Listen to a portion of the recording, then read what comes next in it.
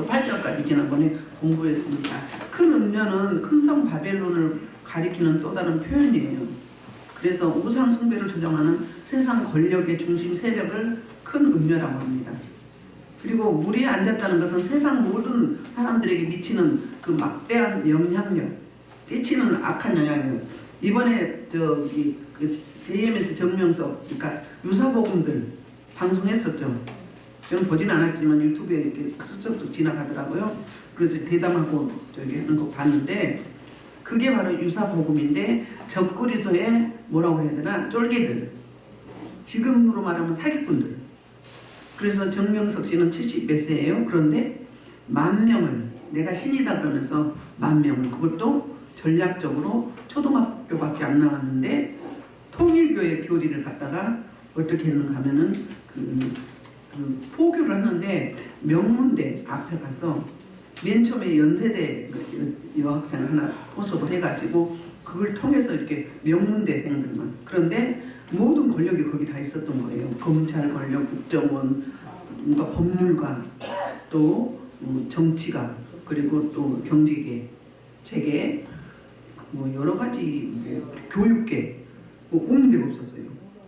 그래서 그 저기 건국대 교수님이 30년 동안 이제 그걸 이제 그 억울하게 당한, 성폭행 당한 사람들과 함께 싸우고 있는데, 그 아버지를 또 이제 그 새 파이프로 때려가지고 음식도 잘 못 먹고 말도 잘 못하고, 그러니까 탈퇴하면 처음에는 너무너무 잘해줘서 마음을 얻고, 그 다음에 이제 바칠 때는 그 정명석 씨가 어떤 스타일 좋아하냐면 키가 170 넘고, 그러니까 연예계, 모델, 이런 예쁜 사람들, 그런 사람들 좋아한대요.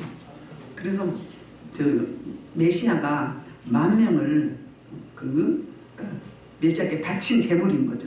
그렇게 생각을 하는 거예요. 그래서 그런 사람들만 해외로 도피했을 때 거기서 또 이제 국내 아니면 일본 아니면 뭐 싱가포르, 저 중국 이런 쪽으로 그룹 섹스도 하고, 뭐 말도 안 해요. 그분이 아니던데요. 아가동산의 김기순 씨. 그래서 이 성경의 계시록을 공부하는데 비슷하잖아요. 그게 유사복음이에요. 종교 혼합주의고, 그 영적으로 음란하면, 영적으로 음녀는 뭐라 그러죠? 하나님의 뜻을 따르지 않고 하나님이 싫어하는 일을 하는 거, 하나님 말고 다른 것에 집중하는 거, 그게 음녀라고 그랬잖아요. 그 구약성경에 보면 올리와와 저기 그 남유다와 북이스라엘을 그렇게 표현하죠. 음녀라고. 그래서 영적 음란이 오면 뭐가 오냐면 육적 음란이 당연히 오게 돼 있어요. 자, 무당들, 점쟁이들 잘 생각해 보세요. 그들은요 귀신들의 지배를 당하고 있거든요. 그래서 귀신을 잘 달래줘야 돼, 잘 섬겨야 돼요. 달래고 섬겨서 그 귀신으로부터 받아서 하는 거거든요. 그런데 부부끼리 잠자리를 못하게 합니다. 다른 사람하고 부부관계 아니죠. 잠자리를 하게 해요. 그게 그 귀신들의 속성이에요. 성경은 절대 금하고 있잖아요. 그러니까 성경하고 반대인 거죠. 제가 평소에 여러분들한테 집회 때나 말씀드렸잖아요. 영적으로 음란하면 육적 음란이 반드시 오게 됩니다. 그게 돼 있어요. 그 다음에 음란이 오면 가난이 오게 돼 있어요. 가난이 반드시. 왜? 하나님이 안 계시기 때문에. 우리의 생사복을 주장하시는 분이 전능하신 하나님이시잖아요. 그분의 생명이 없기 때문에 가난하게 돼 있어요. 본문에 들어가겠습니다. 그래서 저들이 사치하고 우상 숭배하는 이유는 뭐냐면, 복을 더 풍성히 받아서 더 부를 축적하고 더 편안하게 살고 더 이렇게 많은 사람들을 거느리고 다스리며 살려고 우상 숭배를 하는 거예요. 그 우상의 신이, 자기들이 믿는 그 신이 복을 준다고 생각을 하는 거예요. 어리석죠? 자, 우리 봅니다. 그래서 이제 9절부터 11절은 무슨 이야기를 하고 있는가? 바로 이제 음녀의 정체를 이야기해요. 요한이 본 환상을 이렇게 해석을 해줍니다. 19절, 지혜 있는 뜻이 여기 있으니 그 7 머리는 여자가 많은 7 산이요, 이렇게 설명을 했어요. 13장에서도 이 이야기를 했죠. 지혜, 666에 대해서 이야기하면서 지혜 있으라고 말씀했거든요. 지혜가 있어야 그들의 비밀을 알게 된다, 그 말하고 똑같은 거거든요. 그래서 이제 세번역에는 어떻게 이야기했냐면은 여기에 지혜 있는 마음이 필요하다. 지혜 있는 마음이 있어야 이 음녀의 비밀을 알게 된다. 그 말하고 똑같은 거예요. 그래서 10절에 보면 7왕이라 5은 망하였고 하나는 있고 다른 하나는 아직 이르지 아니하였으나 시작 이르면 반드시 잠시 동안 머무르리라. 아멘. 오늘 이 본문이 굉장히 난해하고 학자들의 학설이 너무너무 많아요. 여러 가지예요. 그래서 제가 잠깐 2가지만 설명을 하겠습니다. 지금 7왕이 있어요. 7왕은 7이라는 숫자는 성경에서 그리스도인들은 안전수라고 이야기하죠. 이스라엘 민족은 이게 안전수예요. 그런데 이방 나라의 우상 숭배자들은 5은 안전수라고 해요. 왜 김건희가 5날짜 5일째 되는 날 이렇게 계산해서 주잖아요. 돈 줄 때도. 그게 방송에 몇 번 나왔었거든요. 그게 우상 숭배에서 온 거예요. 그 옛날에 박근혜 대통령이 그 오밤 했죠. 오각형. 그런 게 같은 의미거든요. 우상 숭배에서 온 건데 마찬가지로 이방 신들을 섬긴 사람들은 이 5이 안전수예요. 하나님의 나라에는 7이 안전수고 그래서 7이란 수를 계시록에서 53번이나 사용하고 있어요. 굉장히 많이 나오죠? 그럼 볼까요? 그러면 7이 있는데 5은 망하였고 그럼 과거형이죠. 그리고 하나는 있고 그러면 현재형이죠. 현재 있죠. 또 다른 하나는 아직 이르지 아니하였다. 그럼 미래형이죠. 그러면 5은 이미 없어요. 망하였다는 거예요. 이거를 주로 이제 어떻게 이야기를 하느냐면 이제 3부터 이야기할게요. 7머리는 7산이라고 설명을 했어요. 7머리 7산. 그런데 첫 번째는 7머리 7산이라고 했거든요. 그래서 7머리나 7산은 뭘 의미하냐면 힘과 권능을 이야기해요. 힘과 권세. 힘 있는, 그러니까 머리는 주로 왕을 이야기한다고 했잖아요. 7산은 이제 좀 높은 걸 의미하거든요. 높이 올라가는 거. 그래서 산은 힘을 의미하고 왕은 권세, 통치권을 의미하잖아요. 그 통치권을 가지고 명령만 하면 옛날에는 어떻게 돼요? 그대로 말대로 되는 일들이 있었잖아요. 그래서 이제 이것을 다니엘서 7장 6절에는 머리가 4개 달린 표범이라고 나오고요. 다니엘서 11장 20절에는 이 표범을 설명을 합니다. 바사, 즉 페르시아 왕국이라고 표현을 했어요. 표범이 머리가 4개 달렸다고 했고요. 그래서 내 머리는 페르시아 왕이라고 설명을 하면서 그러면 이제 로마의 7왕은 누군가? 이제 보통 여기서 말하는 7왕 그러면 여기 로마의 왕을 생각을 하잖아요. 그런데 일부 이제 학자들은 7왕, 로마에 14명의 왕이 있었어요. 14명의 왕이 있었는데 그러면 7명은 누구인가? 이렇게 표현하는데 이것은 해석상 마땅하지 않다고 이야기합니다. 그러면 실제적으로 이 7왕은 무슨 이야기인가? 이 지금 누가 이야기를 하는 거냐면은 이 짐승 음녀가 하는 이야기거든요. 그러니까 적그리스도들이 하는 이야기예요. 적그리스도가 맨 처음에 가장 세게 나온 게 12장의 용이었잖아. 삼위 하나님 중에서 모방했는데 용이 성부 하나님을 모방했어요. 12장에서 빨간 용이, 붉은 용이. 그래서 13장에 오면은 그 짐승 바다에서 올라온 짐승이 그 용을 업었잖아요. 용에게서 권세와 권능을 받았어요. 영안밑에 있는 주어진 그 권능을 다 받아가지고 행사를 했어요. 그런데 누구를 모방했냐면 예수 그리스도. 그러니까 제가 짝퉁 예수라고 그랬잖아요. 바로 10뿔이 있는데 그 7머리, 머리가 7이고 10뿔이 열려 있었어요. 그런데 머리 하나가 상처가 나서 상하였었어요. 그래서 죽진 않았지만 죽은 채를 한 거예요. 과장을 했어요. 그런데 좀 이따 이제 그 상처가 아물 거 아니에요. 그래서 살았다. 그 이야기는 무슨 이야기를 했어요? 예수님을 모방하는데 예수님이 십자가에 못 박혀 돌아가셨죠. 돌아가신 거를 그렇게 이제 모방을 했고요. 그 다음에 이제 나았어, 살아났다. 그거 뭐죠? 부활했다. 이렇게 이야기를 하는 거예요. 그래서 이제 이 7왕은 상징적으로 종말론적으로 상징적인 해석이다 이렇게 말하는 거예요. 이게 가장 보편적인 해석입니다.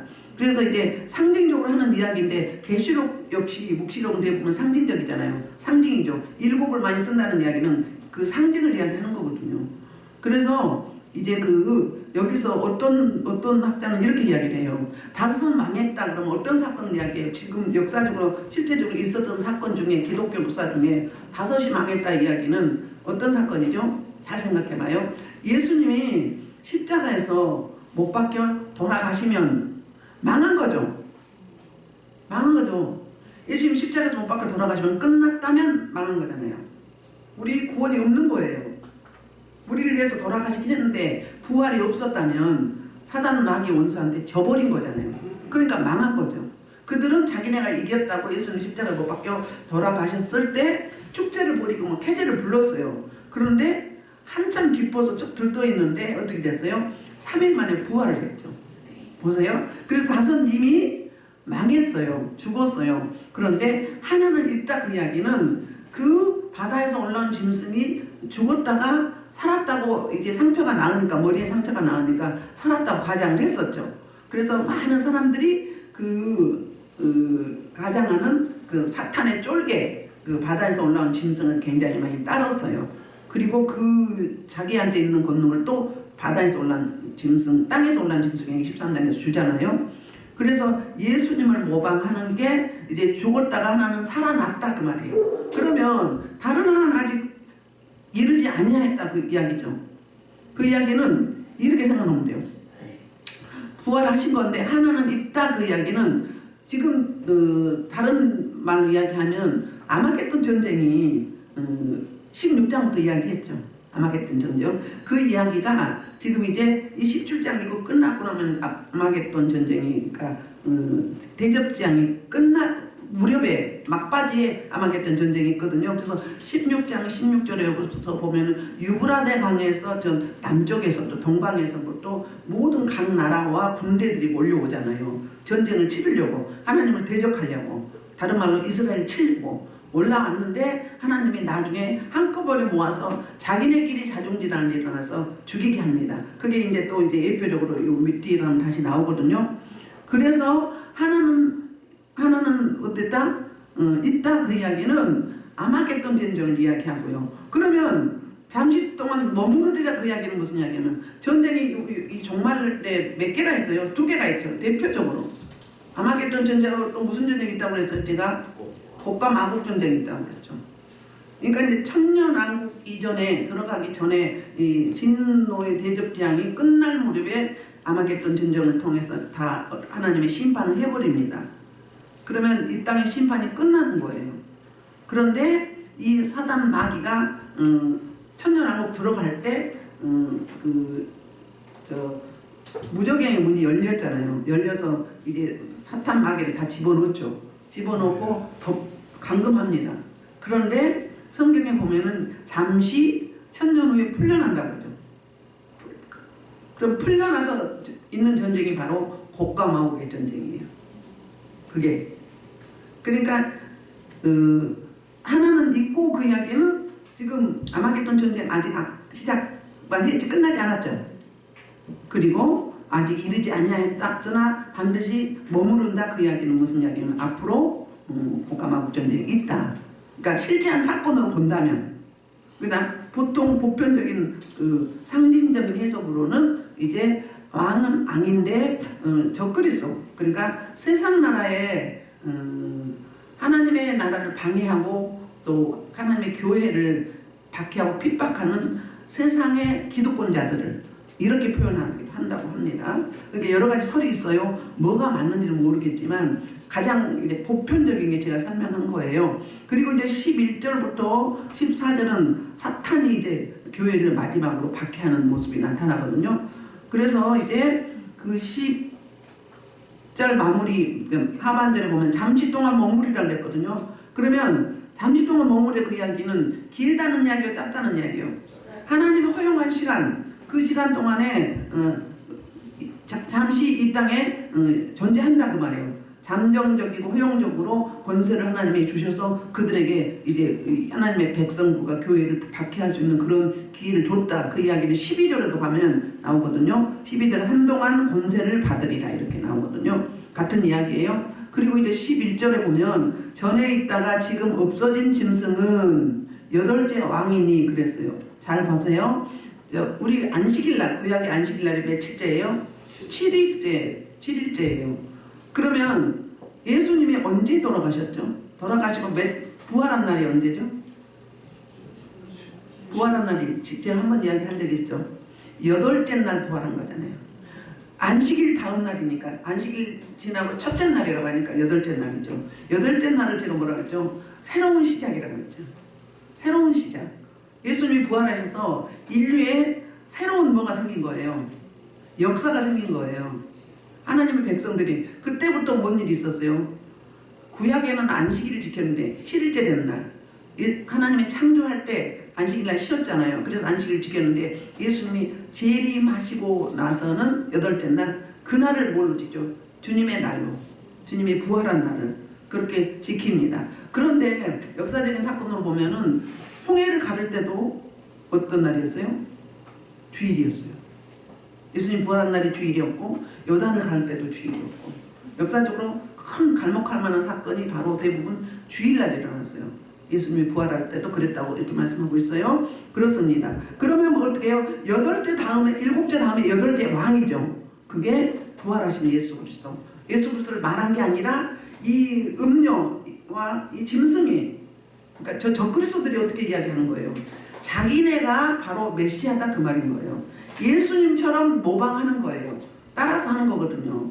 그러니까 모르는 사람들은 속기가 딱 알맞게 제가 11장 할 때 그렇게 설명을 했잖아요. 적그리스도는 예수님처럼 흰옷을 입고 그리고 어떻게 한다고요? 죽은 자로 살리고 병도 고치고 구제도 하고 수많은 선행을 합니다. 예수님의 초림 때처럼 똑같이 예수님 재림하기 먼저 와가지고 그래서 이제 수많은 교회와 성도들을 미혹을 합니다. 이때 깨어있지 않으면 막 넘어가게 되잖아요. 무더기로. 왜? 예수님은 똑같으니까 예수님이 재림했나 보다고. 근데 제가 그랬죠. 속성이 다르기 때문에 하나님의 생명을 가진 성령으로 인받은 자들은 666 받은 짐승의 표를 받은 아무리 행위가 선한 것 같고 죽은 자도 살리고 예수님이랑 똑같이 행동을 하지만 그 내용물은 그 속에 진실을 뭐다? 가짜다. 그리스도인들을 뭐 하는 거예요? 미혹해서 지옥으로 끌고 가려고 하는 전략이다. 그렇기 때문에 못 가게 돼 있단 말이에요. 근데 말씀도 없고 기도도 안 하고 깨어있지 않고 하나님의 생명으로 차있지 않으면 분별력이 없으면 넘어가게 돼 있어요. 무더기로. 지금 유사복음 이단들에 팔려간 사람들이 뭐가 없기 때문에 그래요? 생명이 없기 때문이에요. 말씀이 없잖아요. 당대 그 교수님은 그렇게 전도가 돼서 갔는데 보니까 아니더래요. 아니어서 바로 나왔대요. 나와서 그 피해본 사람들과 이렇게 만나고 그러면서 이런 일들을 계속 벌여왔던 거예요. 30년 동안. 그러니까 그 사람은 기독교에 대해서 뭔가 알았던 거예요. 아니까 이건 아니라고 뭐 그렇게 미행을 당하고 국정을 동원하고 검사를 동원하고 다 동원해서 애국에 못 나가게 하고 계속 미행을 당했어요. 미행을 당했어요. 그럼에도 불구하고 지금 책도 써내면서 그 재임에서 정명석에 대해서 낱낱이 파헤치는 그런 일들을 하잖아요. 그럼 뭐 때문에 그렇게 하는 거예요? 앞으로 남은 하나님의 백성들 거기 가지 못하게 하는 거잖아요.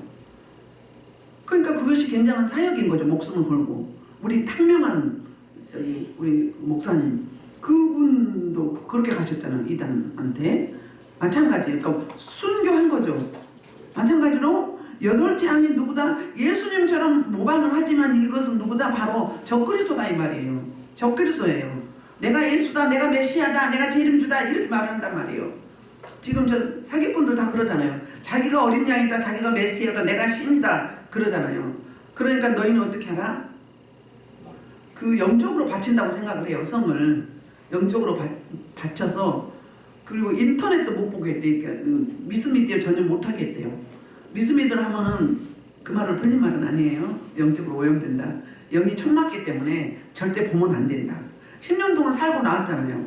살고 나왔는데 그 종교가 지금도 존재하고 그리고 전 세계적으로 퍼져 있다는 거예요.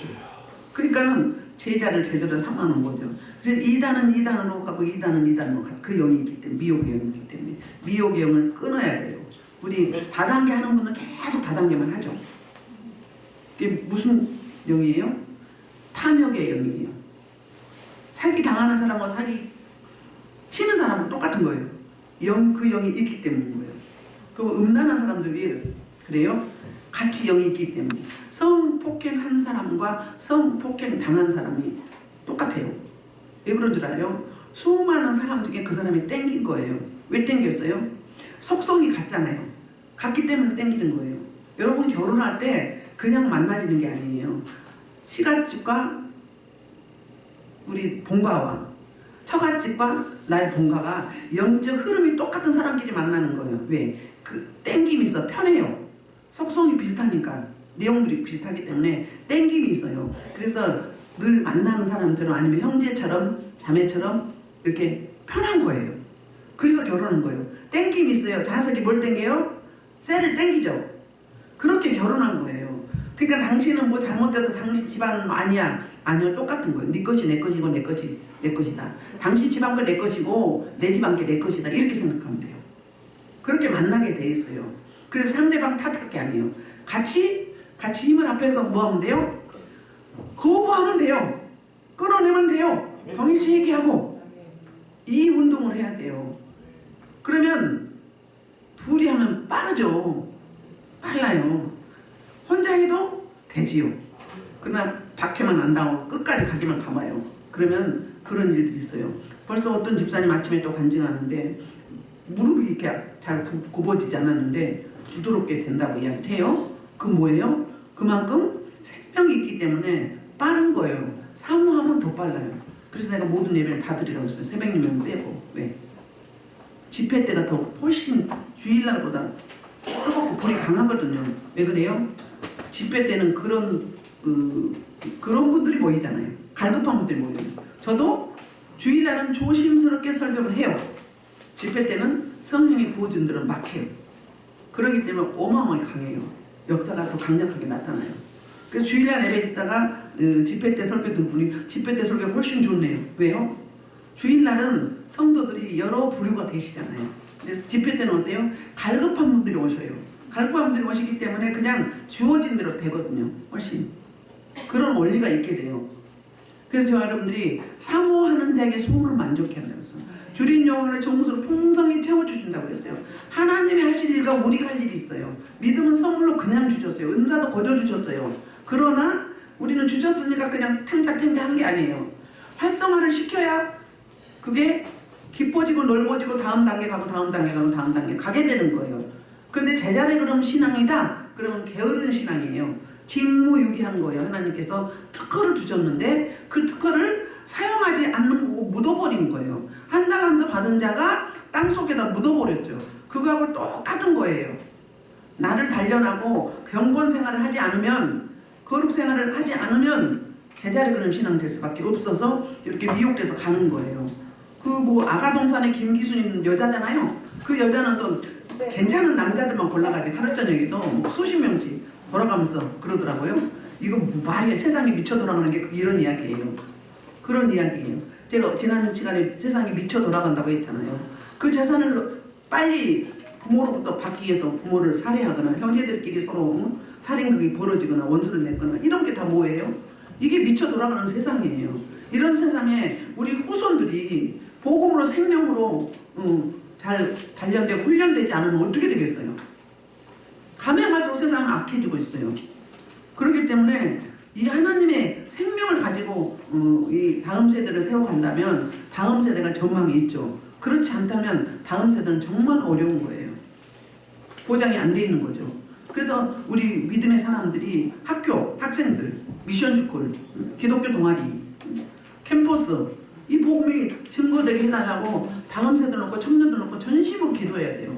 저도 계속 다음 세대 보내달라고 계속 기도하고 있거든요. 여러분도 같이 기도하시길 소원합니다.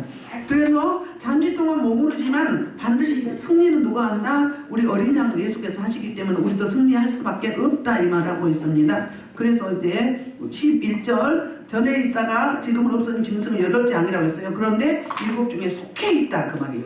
7명인데 한 명을 어떻게 만들어요? 죽었다가 살아난 예수 그리스도를 모방하면서 이게 메시아다 그렇게 말하는 거예요. 그래서 그가 멸망으로 들어가리라. 자기가 그렇게 메시아라고 의사되고 막 의시하고 그렇지만 어떻게 해요? 멸망으로 들어갈 수밖에 없다는 거 말로는 그들이 말로는. 제가 가끔 사역할 때 요즘에는 그런 사람 별로 없는데 이렇게 막 딱 손대면 막 소리 지르면서 인연이 어디를 만드냐고 내 집이 얼마나 편했는데 얼마나 좋았는데 나가면서요 이렇게 이야기를 해요. 야 인연들아 여자들이 이렇게 있으면 야 인연들아 너희는 좋겠다. 왜 좋아요? 그 히브리서에 천사들도 우리를 보러 간다면서요. 하나님의 백성들을 뭐예요? 하나님의 자녀로서 특권을 누리기 때문에 그래요. 그런데 사단 마귀 원수는 그렇게 쓰임 받고 어디로 간다? 그들의 만호가 정해져 있어요. 그들이 어디로 갈지 알고 있는 거예요. 너무너무 부러워해요. 가면서 귀신 자기 입으로 이야기를 해요. 야 인연들아 니네는 좋겠다. 천국 가니까. 하나님 백성이니까 나는 이렇게 쓰고 내 결론은 지옥불에 간다. 갈 수밖에 없다. 그러니까 괴로운 거예요. 무당들이 그렇다고 하잖아요. 그 귀신이 무서워서 무당을 못 내려놓는 거예요. 뭐가 무서워? 더 큰 신이 있는데 자기네들도 큰 신이라는 걸 알아요. 하나님이 큰 신이라는 걸 알아요. 우리 엄마가 옛날에 예수 안 믿을 때 처녀 때인데 그때 교회 제가 다녔거든요. 직장 다니면서 이제 해마다 뭘 봐요? 토종비교를 봐요. 오늘 엉뚱한 이야기 자꾸 나오네. 토종비교를 보는데 저를 넣으니까 그렇더래. 내 넣지 말라고. 이 집 뭐라고? 예수 믿는다고. 큰 신이 있다고. 그러면 그때 제가 그렇게 열심히 믿는 것 같지는 않았거든요. 그러나 저는 뭐예요? 하나님의 생명책에 이미 기록이 돼 있어서 누가 알아보는 거예요? 귀신이 알아보는 거예요. 여러분 귀신한테 인정을 받아야 돼요. 귀신한테. 옛날에 그랬다고 그랬죠. 시장 골목에 중앙시장에 무당 골목이 있어요. 거기 가면요 공기가 굉장히 탁해요. 공기가 탁한 것은 뭐예요? 어둠이 많다는 거예요. 근데 그들이 공중에 떠가지고 야 저 독한 년 온다. 저 독한 년 우리나라에 대자보에 붙었대. 대한민국에서 2번째로 세대. 귀신 때려잡는 자기네들이 그래요. 그런데 어떤 전도사님이 와가지고 목사님이 우리나라에서 2번째로 세다고 하나님이 그러시대요. 그렇게 또 이야기를 하더라고. 그럼 증명이 된 거죠? 세다 저 악발이다. 그렇게 이야기를 해요. 언제는 또 이래요. 나가면서 인연이 1년 전까지만 해도 별거 아니었는데 1년 사이에 엄청 커가지고 감당할 길이 없다고 이러고 이야기를 해요. 그러고 나가요. 귀신들이 인정해줘야 돼요. 그들의 세계도 인정받아야 돼요. 여러분들이. 그런 근성이 있어야 돼요. 하나님의 생명을 가졌는데 뭘 빌빌대? 빌빌대기는 예수 생명이 있는데 예수님의 권세를 사용하라고 주셨는데 막 사용해야 돼요. 사용해야 영이 자라는 거예요. 가지고 있으면 골아요. 썩어요. 만나 많이 가져와서 욕심부라고 가져왔는데 어떻게 됐어요? 썩어서 못 먹었어요. 마찬가지로 하나님이 특권을 주셨어요. 주셨으면 계속 활성화를 시켜야 돼요. 그게 말씀 보고 기도하고 사랑하고 전도하고 권면하고 위로하고 양보하고 그런 하나님의 속성을 사용하면 어떻게 되는 거예요? 계속 벗겨지고 나가면서 어떻게 되는 거예요? 생명이 나오는 거예요. 그리고 하나님 주신 특허가 드러나게 돼 있어요. 벗겨져야 회개하고 자복하고 토설할 때 나가고 나면 오게 돼 있어요. 그러면은 이 8번째 왕을 우리가 분별한다 안 한다? 어이 저건 가짜야. 생명이 없어요. 가증스러워 보여요. 가증스러워 보여. 자기는 어떻게든 가장으로 그럴싸하게 하는 것 같지만 하나님의 백성의 눈에 생명을 가진 자의 눈에는 어떻게 보인다고? 아유 가증스러워. 왜? 가짜니까. 거짓말이니까. 속임수니까. 그래서 교회에서 매직을 하면 안 된다는 이야기가 그 이야기죠. 속임수니까. 그런 이야기입니다. 그래서 이제 멸망을 들었는데 그들의 말로를 이야기하고 있어요. 12절 내가 보던 열뿔은 열왕이니 열뿔은 열왕이라고 했어요. 뿔은 뭐라고 했죠? 권능을 상징해요. 통치권이란 말이에요. 열뿔은 열왕이니 아직 나라를 얻지 못하였으나 다만 짐승과 더불어 임금처럼 한동안 권세를 받으리라. 그러니까 이 땅에 자기 나라가 있다는 거예요? 없다는 거예요? 잠시 동안 하나님으로부터 일부 허용받아서 활동할 뿐이지 자기 자기 뭐는 없어요. 자기 거는 없어요. 그냥 하나님의 나라에 끼어들어 와서 하나님의 백성들을 괴롭히는 사역을 할 뿐이에요. 왜요? 왜 하나님은 사탄을 두었을까? 하나님의 백성들을 긴장하라고, 깨어있으라고. 우리 한란과 고난과 고통이 있을 때 뭐부터 묻지 하는 게 무엇 때문에 이 일을 저에게 주셨습니까? 제가 무엇을 잘못했습니까? 깨닫고 생각나고 떠오르게 해주세요. 이렇게 말을 하죠. 나를 돌아보라는 거예요. 그 사건을 통해서 나를 적용하라는 거예요. 그렇다고 여러분들 무슨 일을 당하면 율법적으로 하나님 앞에 불순종해서 그랬다고 하면 안 돼요. 그럼 욥이 하나님께 불순종해서 그랬어요? 아니잖아요. 하나님이 더 큰 복을 주시려고, 더 큰 그릇을 만들려고 그래요. 그런데 일일이 모든 사건 하나하나 조금만 아파도 하나님 앞에 불순종해서 그래요. 그럼 당신이 하나님이요. 이 땅에 사단 마귀 원수를 두어서 저와 여러분을 찔르게 하고 괴롭게 하고 하잖아요. 그때 하나님을 찾을 수밖에 없게 만드는 거예요. 그 사건을 통해서. 그래서 고난이 유익이다. 크게 사용받는 성경에 나오는 인물을 봐봐요. 그냥 저절로 자라서 저절로 큰 사역을 했습니까? 큰 그릇은 큰 그릇만큼 단련을 받아야 돼요. 그럼 작은 그릇이 수월하죠. 작은 그릇은 큰 그릇처럼 많이 안 비워도 되잖아요. 그래서 평범한 사람이 가장 좋다고 세상 나라에도 평범한 사람이 가장 좋다. 왜? 뒤집어 엎었다 이게 없잖아. 굴곡이 별로 없는 거예요. 그냥 그대로 무난하게 가잖아요. 큰 그릇은 비웠다가 또 단련했다가 또. 그래서 우리 교회 사역할 때도요, 사람이 많이 모이죠. 그럼 제가 이명 목사님한테 항상 그랬어요. 지금이 뭐다? 지금이 이기다. 왜? 조금 모이면 사람이 교만하게 돼 있어요. 지금 이게 막 권능이 임하니까 발음이 잘 안 돼요. 잘 안 돼요. 교만해서 거들먹거리게 돼 있거든요. 그때는 쫙 엎드려야 돼요. 여러분들도 마찬가지예요. 방언 좀 한다고? 방언 가장 초복하는 거예요. 방언이 뭘 대단한 거라고. 물론 안 한 사람보다는 좀 낫지. 그러나 초보입니다.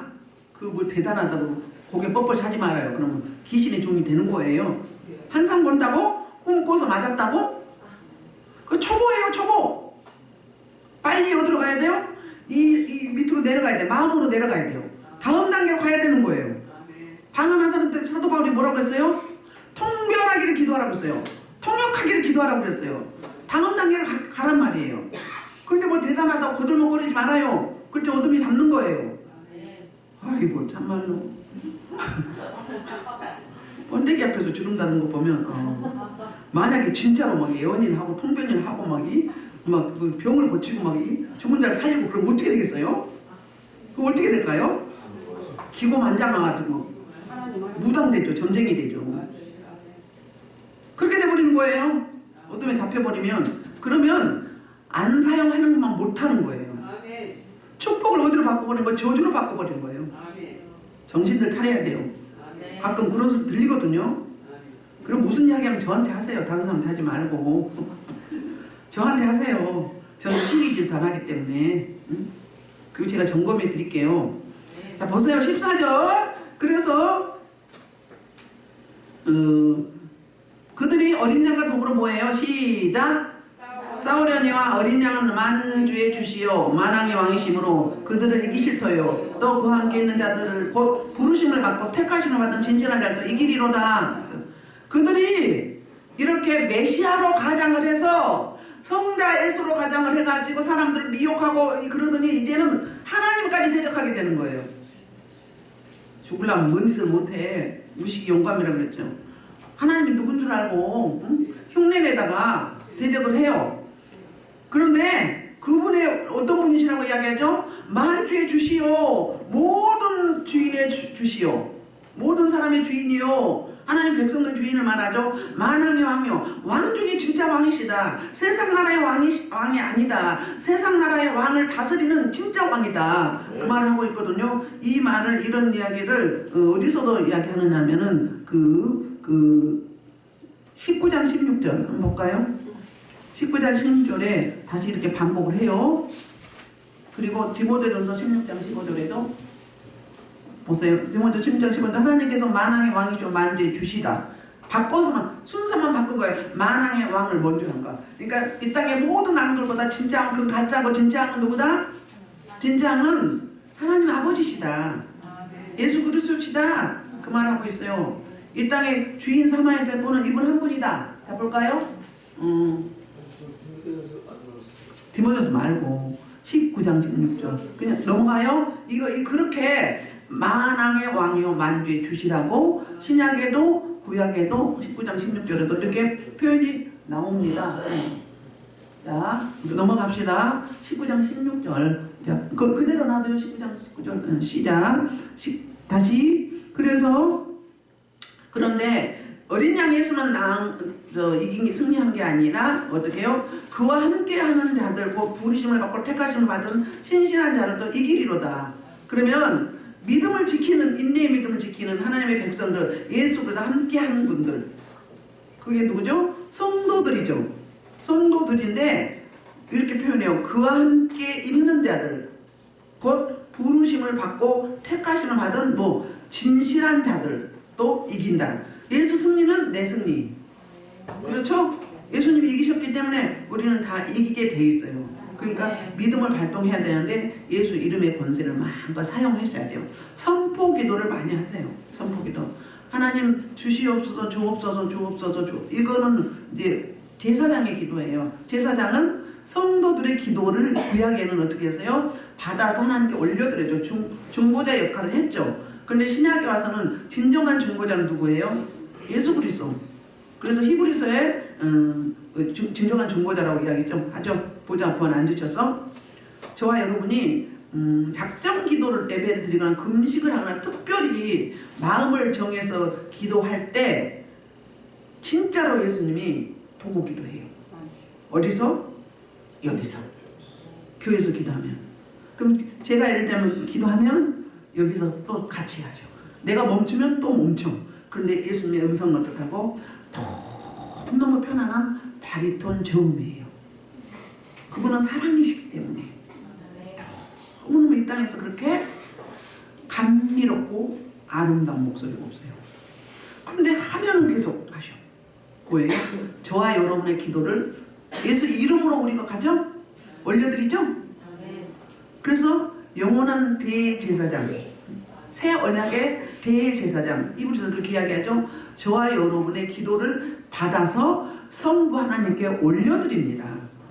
그래서 진정한 중보자가 예수 그리스도예요. 구약에는 예수 그리스도를 모형으로 제사장을 보여주셨죠. 그렇게 그래서 그 주님과 입마를 하는 그리고 진실한 그 믿음을 잘 지키는 그런 자들도 이긴다 그래요. 여기서 진실하다는 이야기를 왜 넣었을까? 그러면 대충 뜰만 받는 무늬만 그리스도인 이런 사람들은 여기 해당이 돼요? 안 돼요? 팍팍 넘어질 수밖에 없죠. 왜? 속성을 누구 걸 갖고 있기 때문에 세상과 연합했기 때문에 옛사람이 그냥 그대로 있기 때문에 그 원리가 우리 장은주 전사님 이렇게 계속 열심히 나오잖아요. 그래서 하나님을 깊이 만나는 요즘에 만나는 그 일들을 하는 것 같아. 그러고 나면은 지난번에는 성부 하나님을 만났대요. 빛으로. 그 다음 주에는 성자 예수님을 만났어요. 그럼 만나는 끝나는 것 같죠. 저분이 찬양할 때마다 뭐예요? 회개를 해요. 하나님의 은혜 주셔서 회개를 꼭 해요. 하면서 깊이 들어가거든요. 그래서 모든 복은 회개입니다. 우리는 자복하고 토설하는 거죠. 그 한 번 할 때마다 제가 한 번 예배드리면 이 육이 16번 벗는다고 그랬죠. 벗는다고 그랬죠. 저분이 한 번 하고 나면 얼굴이 쬐끔하죠. 그리고 피부가 벗겨져가지고 아주 얇아요. 그리고 투명해요. 그리고 어때요? 너무 빛나고 여리여리한 이뻐. 그러니까 독소가 빠지는 거예요. 독성이. 혈기, 분노, 하나님의 것이 아닌 옛사람 육성의 것이 할 때마다 빠지는 거예요. 우리 금식하는 것도 능력 받으려고 금식하는데 이건 잘 몰라서 그래요. 나의 옛사람을 내 자아를 선조 열조부터 내려왔던 모든 제약들을 육성을 제거하기 위해서 금식을 하는 거예요. 처음에는 계속 제거하는 거예요. 어느 정도 벗겨지면 그때 하나님이 주는 특허가 나오게 돼 있어요. 그 단계를 모든 사람들이 가야 되는 거예요. 갈 때 어떻게 되는 거예요? 예민해지고 민감해지고 하나님과 소통이 되는 거죠. 하나님과 소통되려면 뭐예요? 내 옛사람이 자꾸 죽어야 돼요. 자꾸 벗겨져야 돼요. 그러면 새 사람이 나와요. 새 창조한다고 그러죠? 재창조한다고 그러죠? 영의 사람이 나오는 거예요. 영의 사람. 영의 사람, 그래서 부드럽고 어때요? 어여쁘고 사랑스럽고 편안하고 시원하고 그렇다고 그랬죠. 예쁘다고 그랬죠. 그렇게. 그러면 하나님과 함께한 임마누엘 한 사람, 하나님의 백성, 이런 자가 되는 거예요. 아무나 되는 게 아니에요. 그래서 예수님을 대적하고 교회를 박해했던 이 적그리스도는 어떻게 된다? 이들은 지고 이제 멸망길로 갈 수밖에 없어요. 그게 아마겟돈 전쟁을 통해서 다 모았다가 자기네끼리 자중질환이 일어나서 거기 모인 모든 사람들은 한 사람도 남지 않고 하나님이 심판하는데 그렇게 심판하는 거예요. 그래서 이제 16장 14절에는 뭐라고 이야기하냐면 천하의 왕들이 그 세상의 왕들이죠. 그 아마겟돈에 이제 모여서 전쟁을 일으킨 이야기가 14절 이 이야기예요.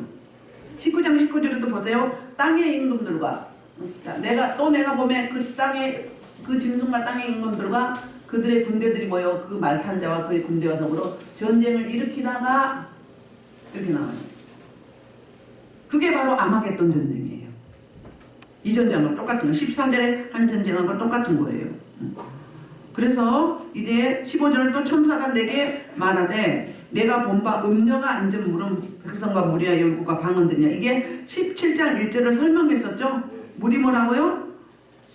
백성과 무리와 열국의 방언들이야. 그러니까 세상 나라의 기득권들과 함께 이 음녀가 야합해가지고 하나님의 교회와 하나님의 백성들을 공격하는 거죠. 16절 내가 본 바 이 열불과 짐승은 음녀를 미워하여 망하게 하고, 여기서 자중질환이 일어나 아군끼리 싸우게 해요. 교회에서 우리 아군끼리 서로 시기하고 질투하고 그러면 안 되잖아요. 근데 얘들 어때요? 내가 본 바, 그러니까 요한이 본 바예요. 이 열불과 짐승은 음녀를 미워하여, 그러니까 열불과 짐승, 그러니까 세상 나라의 기득권자들이 음녀를 미워하는 거예요. 그래서 이제 그 음녀는 짐승에게 권세를 받은 거잖아요. 그래서 그를 이제 버리는 거예요. 썩어 버리는 거예요. 사단 마귀들은요, 썩어 버려요. 하나님은 한 명이라도 내 백성은 끝까지 찾고 찾잖아요. 잃어버린 한 마리 양을 99마리를 두고 찾아가시잖아요. 그런데 이렇게 속성이 다르다고요. 얘들은요, 썩어 버리는 거예요.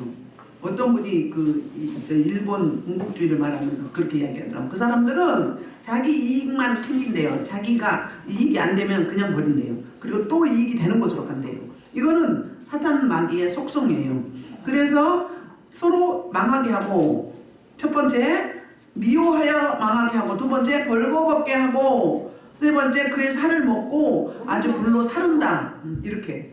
자, 살을 먹는다 그러면 죽어서 먹는다는 거예요. 그게 바로 이제 어떤 걸 이야기하는가 보면은 이제 18장 16절에 먼저 에스겔서 23장 25절 29, 에스겔서 23장 25절 29절 볼까요? 됐습니까? 시작. 내가 너를 향하여 질투하리니 그들이 분명 내 토와 길을 깎아버리고 남은 자를 칼로 엎드려뜨리며 내 자녀를 빼앗고 그 남은 자를 불에 사르며 내 옷을 벗기며 내 장식품을 빼앗을지라. 이와 같이 내가 내 음란과 애국 땅에서도 행음받은 것을 펼치게 하여 너를 그들 향하여 눈을 들지도 못하게 하며 다시는 애국을 기억하지도 못하게 하리라. 주 여호와께서 이같이 말씀하셨느냐. 나는 내가 미워하는 자 내 마음에 싫어하는 자의 손에 너를 붙이리니 그들이 미워하는 마음을 내게 행하여 내 옷을 속아서 빼앗고 너를 벌거벗은 몸으로 두어서 내 은행에 벗으면 곧 내 음란함에 행음하는 것을 드러낼 것이라. 아멘. 좋은 이야기가, 축복하는 이야기가 한 군데라도 있나요? 너무너무 처참하죠. 응? 처참해요. 그게 바로 뭐다? 우리가 성경 공부할 때 그렇게 이야기를 했거든요. 개밥 새밥이 된다. 개가 먹고 새가 먹는다. 죽어서 시체가 그냥 다 벌거벗게 하고 나댕구는데 어떻게 된다? 개가 먹고 새가 먹는다고 그 이야기를 이렇게 하고 있는 거예요. 그래서 계시록 18장 8절부터 10절에도 또 왕상 14장 11절에도 왕상 14장 11절에는 여로보암의 집을 이렇게 멸망시킨다. 벌고 벗기고 불에 태우고 또 왕상 16장 4절은 이제 바사의 집에 이런 일이 있게 하신다. 아방의 아내 이세벨이 죽을 때 어떻게 했어요? 뛰어내렸는데 어떻게 했어요? 이 머리가 깨지고 창자가 나오고 산산조각이 났어요.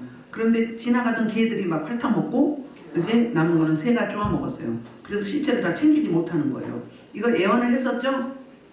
선지자가 예언을 했었잖아요. 그렇게 너는 개밥이 되고 새밥이 될 것이다. 아방은 이제 그 창녀들이 목욕하는 그곳에서 이제 씻을 것이며 개가 먹을 것이라고 이야기했죠. 그렇게 하나님께서 말씀하시면 그대로 성취되고 이루어지는 모습을 우리가 보게 됩니다. 그래서 하나님의 음성은 두렵고 떨리는 거예요. 그 이유를 17절 설명합니다. 시작. 이는 하나님이 자기 뜻대로 할 마음을 그들에게 주사 한 뜻을 이루게 하시고 그들의 나라 그 진성에게 주게 하시되 하나님의 말씀에 응하기까지 하십니다. 이게 지금 아마겟돈 전쟁이란 말이에요. 그 전쟁을 통해서 이렇게 처참하게 멸망시킨다. 그럼 하나님 손을 대는 거예요, 안 되는 거예요? 마귀 그 반대편 사람들의 인생들에게 뭘 줘요? 권한을 줘가지고 자기네끼리 치고받고 싸우고 미워하고 해가지고 분리시켜가지고 어떻게 하죠? 그래서 거기서 한 사람도 살아남지 못한다. 열국의 열왕들이 다 모여서 전쟁을 하려고 왔으나 자기네끼리 싸우고 심판받게 되는 이런 형국을 보게 됩니다. 그래서 우리는 한치 앞을 몰라요. 저들이 유브라데 강이 말랐을 때 좋아가지고 야, 기회는 지금이다. 빨리 쳐들어가자. 응? 이스라엘을 쳐들어가자. 이스라엘을 먹자. 그러면서 하나님을 대적했는데 자기가 다 승리한 걸로 여겼어요. 그런데 하나님이 어떤 분이시기에 만왕의 왕이요 만주의 주시요 전쟁에 능한 하나님을 뭐라고 해야죠? 전쟁에 능한 하나님. 만군의 여호와. 어떤 하나님? 만군의 여호와 하나님. 그 하나님. 자, 18절 또 내가 본 그 여자는 땅의 왕들 다스린 큰 성이라. 내가 본 그 여자가 음녀종 땅의 왕들을 다스리는 큰 성이라 하더라. 이렇게 다시 한번 설명을 해주니까 이 여자의 정체가 이렇다 그 말이에요. 이렇다. 그러니까 자꾸 변하는 거죠. 이렇게 그죠? 그 뭐예요? 변화무쌍한 사단 마귀 원수의 쫄개들을 이렇게 말하고 있습니다. 자, 말씀을 정리합니다. 오늘 17장에서 이제 그 마지막 그 세력들 남아있는 인생들을 심판을 시작을 하는데 바로 그것이 어떤 것인가? 성자 예수를 가장하는 이 인생들이 가장에서 와서 이제 적그리스도로 탈을 쓰고 메시아라고 흉내내는 이들을 하나님이 심판하시는데 이들을 다 모아서 아마겟돈에 이제 다 자중질환을 일어나게 하고 다 쳐부숴 버리는 이런 일들이 있게 됩니다. 말이 제가 좀 그런 것 같은데 그렇게 심판하는 그런 모습을 보는데 저와 여러분들 이들의 말로는 반드시 정해져 있어요. 어떻게 죽을 것이라는 걸. 그런데 저와 여러분은 어떻게 죽는다? 아름다운 죽음이 있어요. 육체는 죽지만 영원히 사는 아름다운 죽음. 그래서 빨리 가는 것도 축복이요. 또 남아서 남은 삶을 감당하는 것도 축복이고. 그래서 한 주간 이제 사순절 세 번째 주간이거든요. 네 번째 주간 지나고 나면 뭐가 오죠? 고난 주간이 오게 되죠. 그러니까 주일 뺀 40일 동안이에요. 주일 빼고 40일 동안 특별히 그 연례 행사로 십자가의 구속의 은총, 구원의 은혜를 묵상하는 기간이거든요. 그래서 저와 여러분이 이 말씀과 같이 접목을 하시면서 계시록을 공부를 했더니 저는 접목이 잘 되는 것 같아요. 아 이게 이거구나, 바로 이거구나. 그런데 오늘 말씀 굉장히 좀 어렵고 난해한 말씀이에요. 근데 제가 한 대로 그냥 따라오시면 아 이게 이거구나. 오늘 이제 서로 토론하실 때 그렇게 하시면 돼요. 짝퉁 예수예요. 짝퉁 예수로 가장해서 자기가 메시아라고 하면서 미혹하고 유혹하는 이런 대목이에요. 그리고 오히려 하나님을 어린 양 예수를 대적하는 그냥 한번 해보는 거지. 건드려 보는 거지. 예수님이 누군지를 모르고 어떤 분이라는 걸 정확하게 몰랐던 거예요. 근데 우리는 이미 사단 마귀 원수를 확실히 알죠. 또 하나님의 속성을 확실히 알죠. 반드시 승리한다. 십자가에서 죽으셨고 그리고 부활하셨기 때문에 승리다. 마지막에 다시 오실 때 뭘 오신다? 심판주로 오신다. 그래서 인류의 그 짐승의 표를 받은 교회와 하나님의 백성들을 괴롭혔던 그 하나님을 대적하려고 했던 껍적거렸던 저 따까리들을 완전히 다 이제 처리해버리는, 그래서 하나님의 백성은 취하고 저들은 음부로 다 내보내는 그런 놀라운 역사가 있게 되는데, 저와 여러분이 구원받음에 감사하시고 구원받은 자로서 이제 그 구원받지 못한 하나님의 백성, 아직도 돌아오지 못한 하나님의 백성들을 위해서 기도하시면서 권면하시고 전도하는데 열정을 다하셔서 이 새봄에 새 생명들을 모시고 오시기를 소원합니다. 아멘. 우리 주의 일창으로 말씀을 놓고 기도하시겠습니다. 주여! 주여! 할렐루야. 아버지 은혜와 사랑을 감사합니다. 오늘 또 귀하고 복된 말씀 주셔서 감사합니다. 하나님 아버지